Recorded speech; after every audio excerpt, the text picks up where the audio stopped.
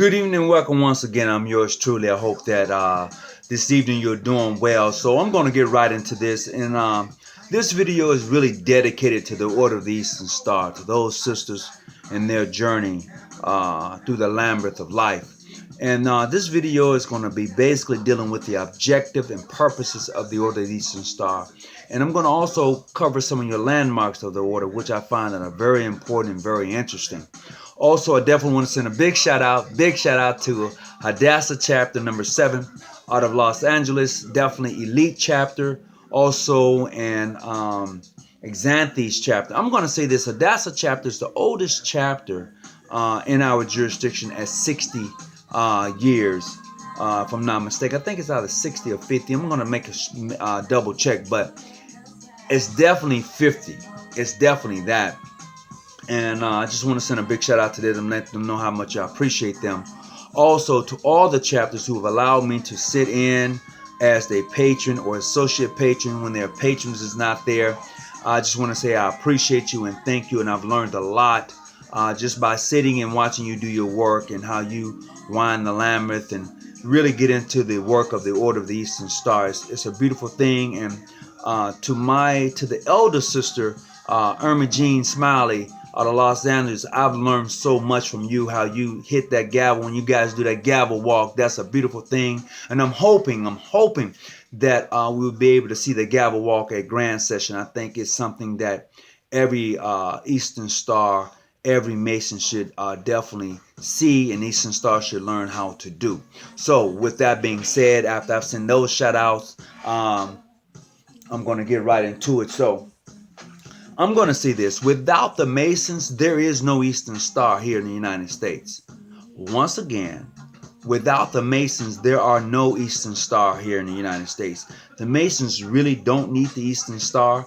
And I know it may sound kind of like, what is he saying? What is he saying? Because you are an adopted right here in the United States. I'm strictly dealing with the United States because the Eastern Star is not necessarily recognized around the world as in the Freemasons. So I'm just strictly dealing with the United States and how they handle and deal with the Eastern Star.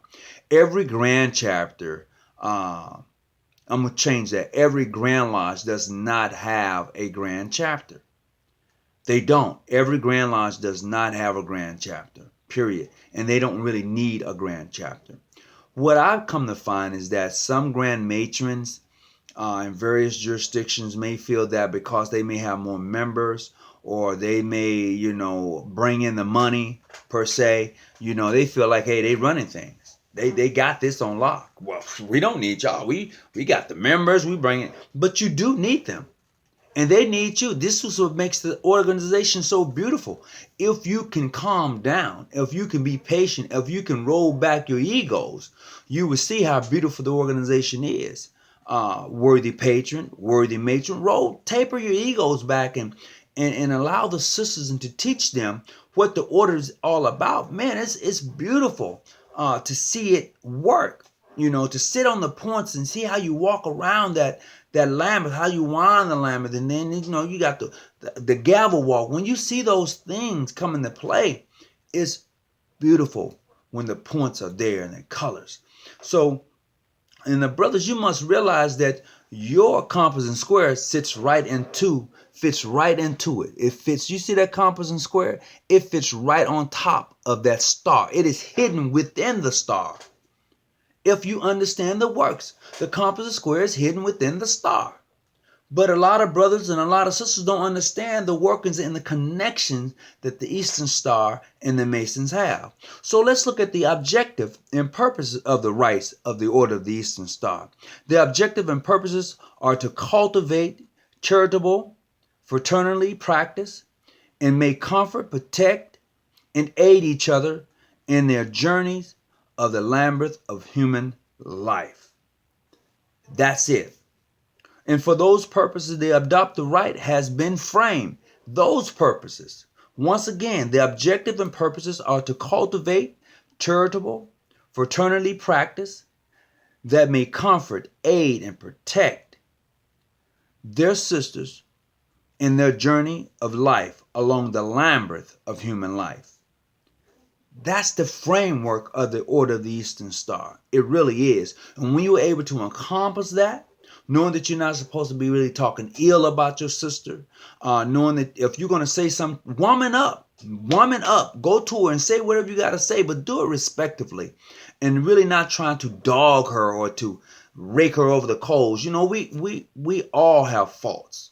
So in realizing that, and if I'm going to call you my sister, or my brother, I should do that respectively if I have an issue.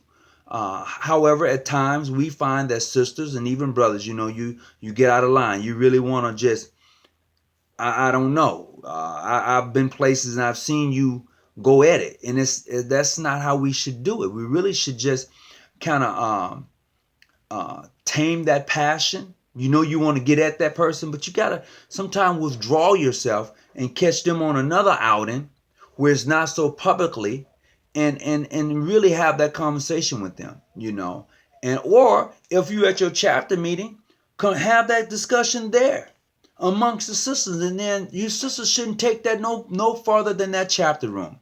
Whatever you discuss in your chapter room should remain in your chapter room, period.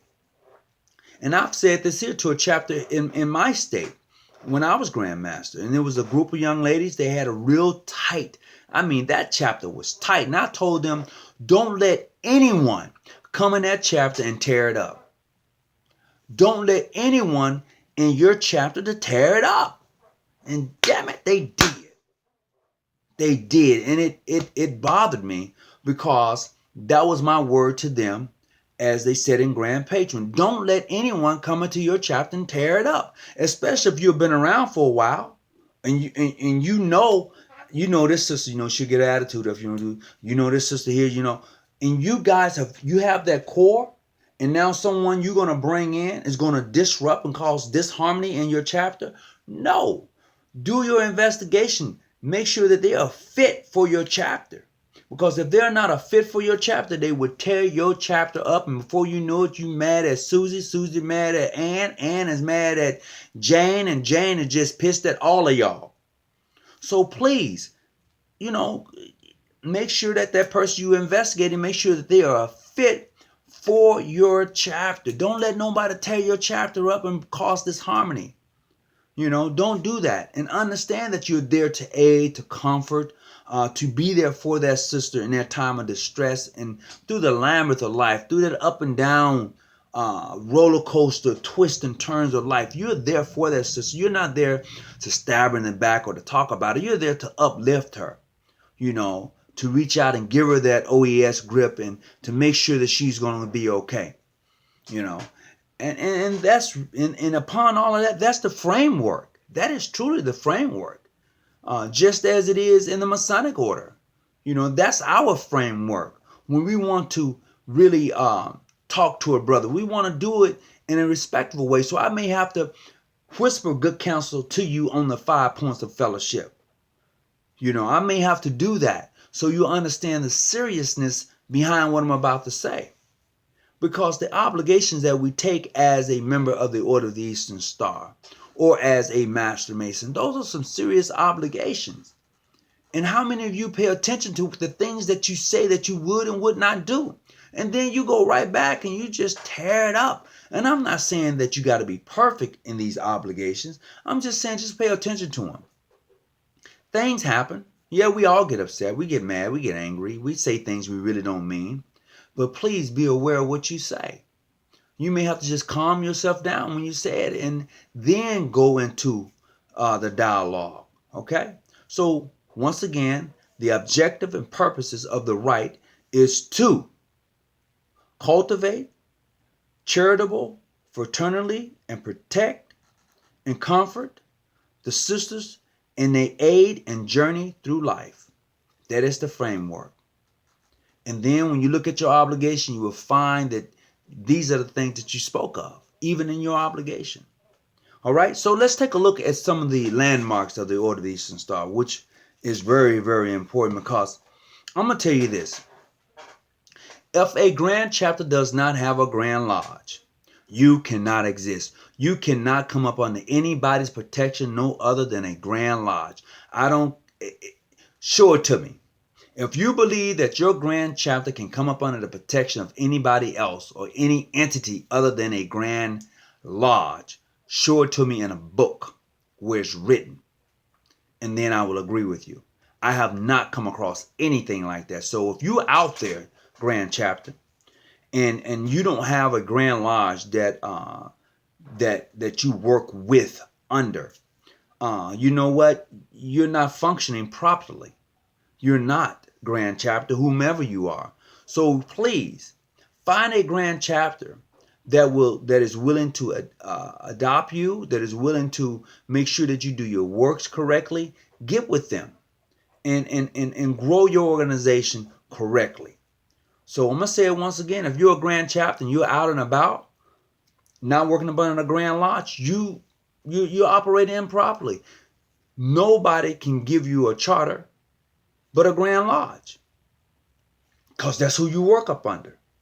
So let's get an understanding in that, because some grand chapters feel that they don't need a grand lodge, but that's incorrect. You're an adopted right. You need that grand lodge.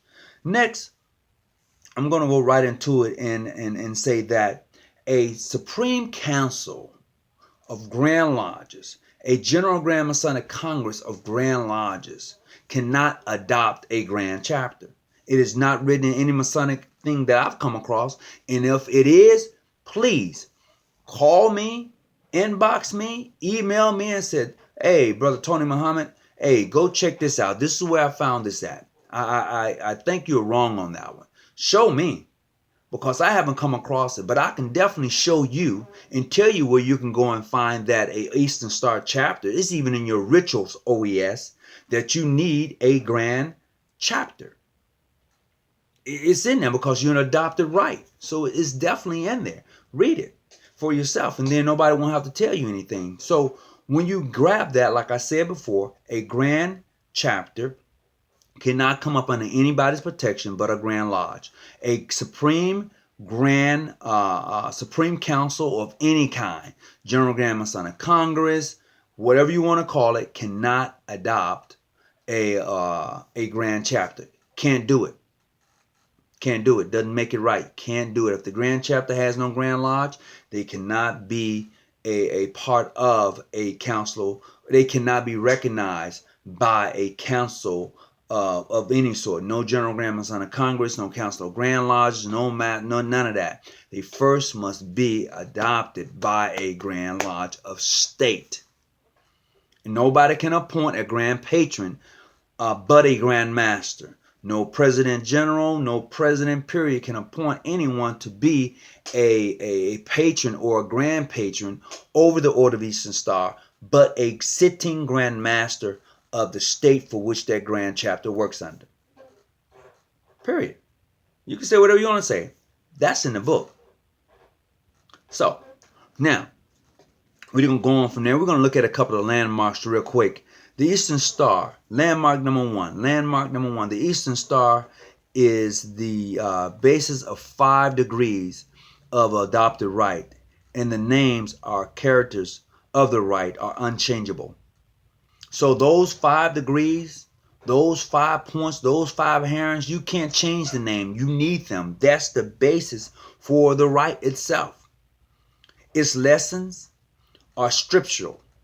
It's Bible-based. Its teachings are moral, and its purpose are beneficiary to aid, to protect, and to assist a sister along the labyrinth of life. That's number 2. Number 3, its obligations are based upon the honor of the female sex who obtain it through its ceremony. So unless you have been initiated a member of the Order of the Eastern Star, you will not understand these sisters. You won't.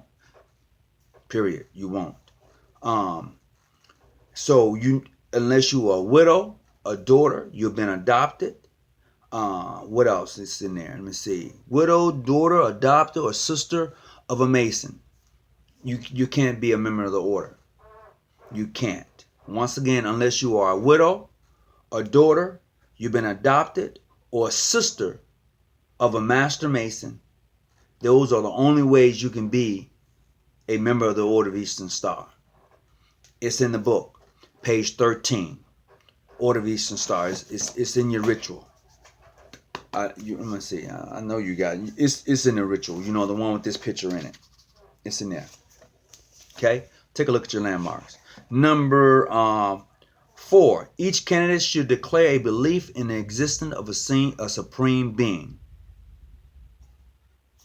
Number 4. Each candidate should declare a belief in the existence of a supreme being.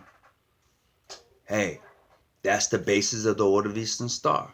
So I got one more I'm going to cover, and that's going to be the mode of recognition, which are the particular secrets of the right and cannot, without destroying the foundation of the system, be changed. That's all the way to number 5. So I've covered 5 landmarks. Rewind the video, check it out for yourself. Please leave a comment. I don't mind discussing anything, in regards to the Order of the Eastern Star, even the Freemasons. But let's do it respectively. Until we meet again, as always, stay out them bushes and keep your light on. I'm out.